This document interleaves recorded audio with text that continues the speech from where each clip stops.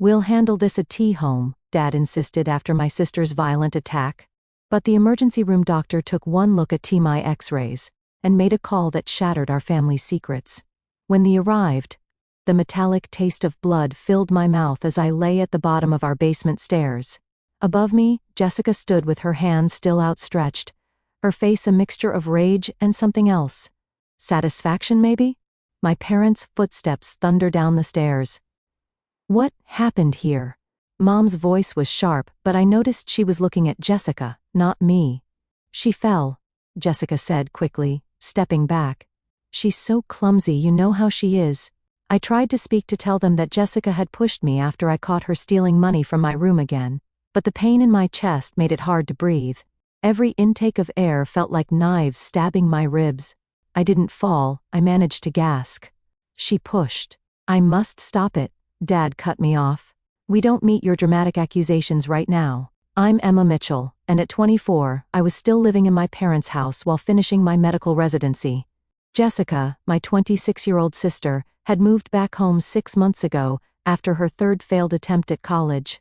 Since then, the tension between us had escalated from snide remarks to something darker. Mom helped me sit up, and I couldn't hold back a cry of pain. "I think we need to take her to the hospital," she said, worry creeping into her voice. "No hospitals," Dad said firmly. "We'll handle this at home, just like always." Just like always. Those words echoed in my head, reminding me of all the accidents it covered up over the years. The springy wrist went Jessica threw a book at me during study time. The concussion from when she accidentally opened a door into my face. Each time, my parents found a way to handle it at home, to keep our family's image intact. But this time felt different. The pain was worse, and I could barely breathe. "She needs a doctor," Mom insisted, her hand on my shoulder. "Fine," Dad snapped. "But Emma, you know what to say, right? You fell. You're clumsy. End of story." Jessica smirked behind them, knowing she'd get away with it again. She always did. The golden child could do no wrong in our parents' eyes. Her violence was always explained away as accidents, misunderstandings, or my own fault. The emergency room was busy that night. As we waited, Dad kept rehearsing the story with me. "You were carrying laundry down the stairs. You missed the step. Simple accident." Dr. Sarah Martinez wasn't like our usual family doctor, who always accepted my parents' explanations without question. She looked at me directly, not at my hovering family members, as she asked what happened. "I fell down the stairs," I said automatically, the practice lie feeling bitter on my tongue. Dr. Martinez's eyes narrowed slightly. She glanced at my family, then back to me. "I'd like to examine Emma privately," she said firmly. "That's not necessary," Dad started, but Dr. Martinez cut him off. "It's hospital policy for potential trauma cases. Please wait outside." Once they were gone, she helped me onto the examination table. "Now," she said quietly, "why do you tell me what really happened?" Something in her tone, the genuine concern in her eyes, made me want to tell her everything. But years of conditioning kicked in. "I told you I fell, Emma," she said gently. "I've been an ER doctor for 15 years. I know what fall injuries look like.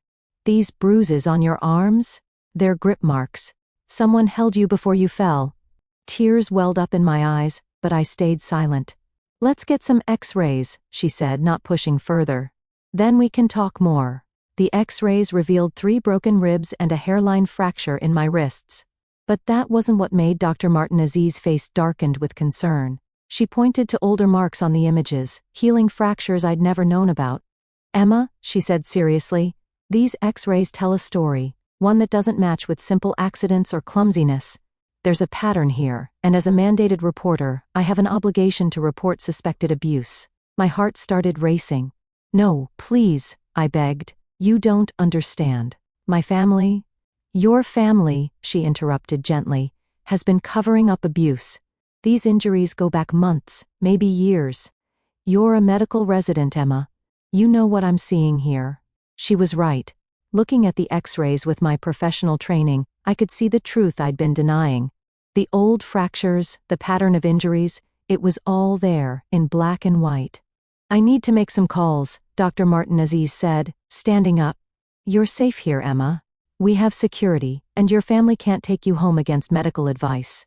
As she left the room, I heard my father's voice in the hallway, demanding to know what was taking so long.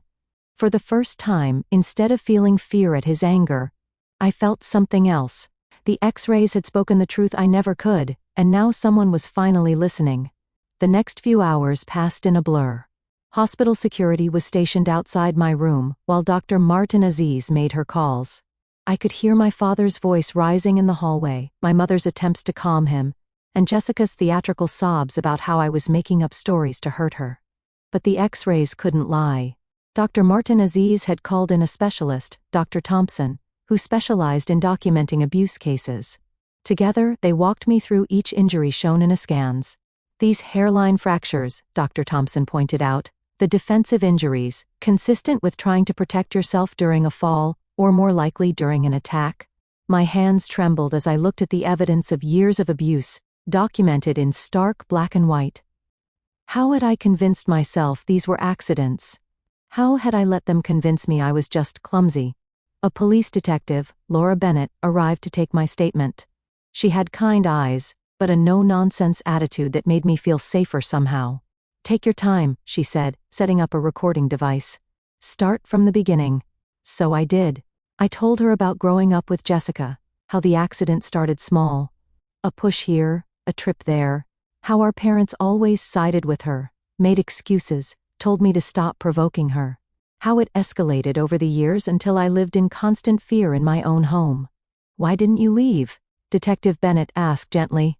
"My residency," I explained. "Living at home was the only way I could afford it. And then my family. I kept thinking if I just tried harder, if I was better somehow." "That's what they wanted you to think," she said firmly. "But you're not responsible for their actions." A soft knock interrupted us. Dr. Martinez entered with more scans. "Emma," she said, "we found something else. The CT scan shows evidence of a previous concussion that never received proper medical treatment." "When did this happen?" 3 months ago, I whispered. "Jessica threw a textbook at my head when I refused to give her money. Mom said I just needed to sleep it off." Detective Bennett's pen moved quickly across her notepad. "We'll need to document all of this." Suddenly, there was commotion in the hallway. Jessica's voice rose above the others. "You can't keep me from my sister. This is ridiculous. Emma, tell them the truth." The security guard blocked the door as Jessica tried to push past him. Our eyes met through the doorway, and for the first time, I saw something in her expression I'd never seen before. Fear. She knew the game was over. The X-rays had exposed every lie, every accident, every covered-up attack. Our parents couldn't smooth this over with explanations about my clumsiness or accusations about my attention-seeking behavior. "Miss Mitchell," Detective Bennett called out to Jessica. "I suggest you step back, or we'll add attempting to interfere with a police investigation to your charges." Jessica's face crumpled. But it wasn't. I didn't mean she looked desperately toward our parents, but they were occupied with their own problems. Dad was arguing with hospital administration, and Mom sat in a chair crying quietly into her hands.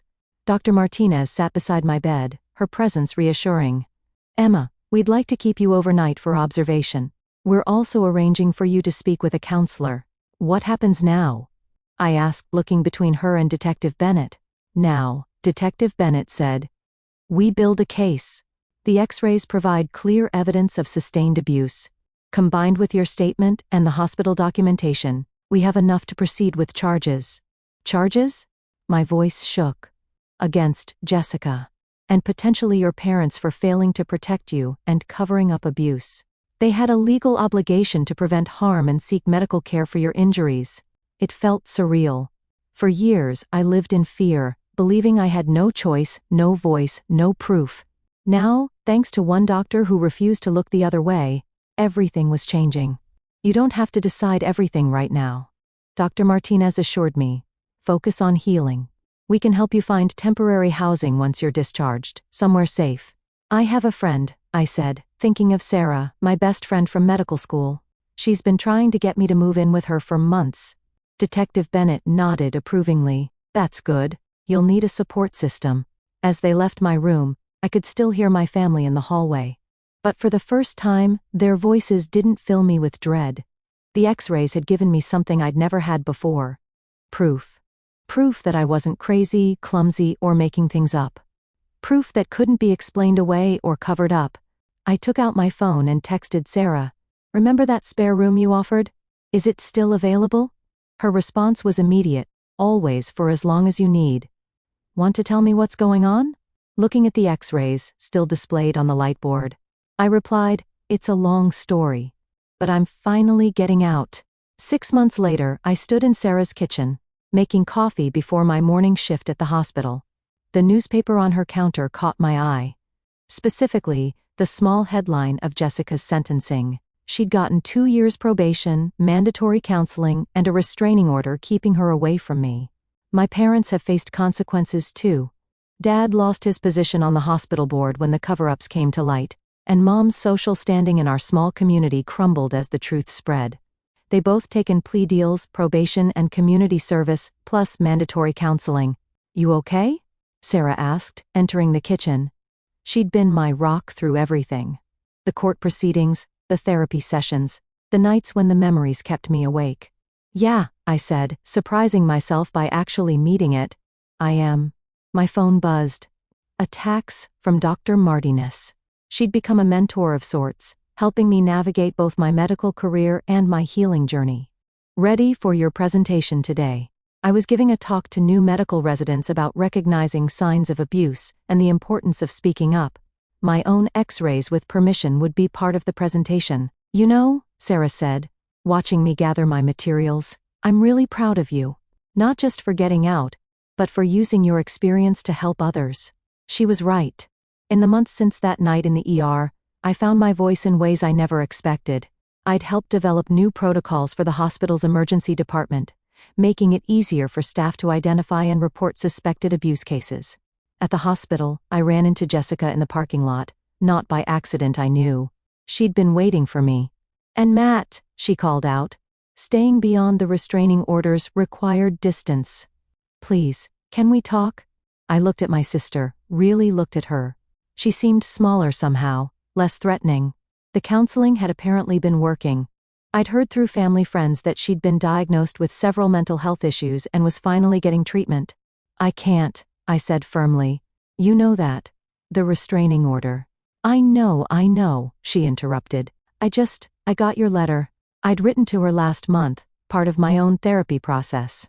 Not to forgive or forget, but to acknowledge our shared history and express hope that she was getting the help she needed. "I'm sorry," she said, her voice cracking. "I know it's not enough, but I am. The counseling, it's helping me understand what I did, why I did it, how much I hurt you. I'm glad you're getting help," I said, meaning it. "But I need you to respect my boundaries now." She nodded, wiping her eyes. "I understand. I just wanted you to know, you're really brave, Emma. Braver than I ever was." As she walked away, I felt a weight lift from my shoulders. Her words didn't fix anything, but they acknowledged something important. I wasn't the weak one, I never had been. In the hospital conference room, I set up for my presentation. Dr. Martin has sat in the front row, giving me an encouraging nod. The room filled with residents to faces eager and uncertain, reminding me of myself not so long ago. 6 months ago, I began pulling up the first x-ray. I was the patient, not the doctor. These images tell a story, not just of abuse, but of silence, of cover-ups, of the way family dynamics can normalize violence. I clicked through the images, explaining each injury, each missed opportunity for intervention. As medical professionals, we're often the first line of defense. Sometimes we're the only ones who can speak for those who've been silenced. After the presentation, a young resident approached me, her hands shaking slightly. "Dr. Mitchell," she said quietly, "your story, it helped me understand something about one of my patients."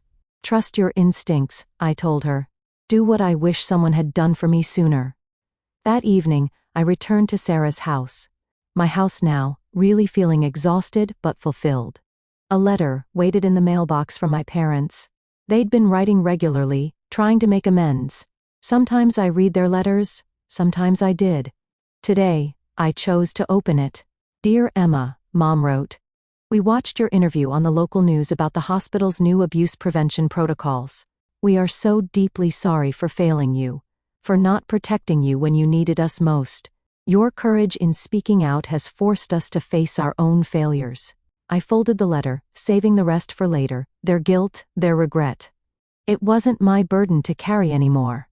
I was building a new life, one where my voice mattered, where my experiences could help others, where the truth didn't have to stay hidden. The X-rays that exposed my family's secrets now hung in my office, not as a reminder of trauma, but as a testament to survival.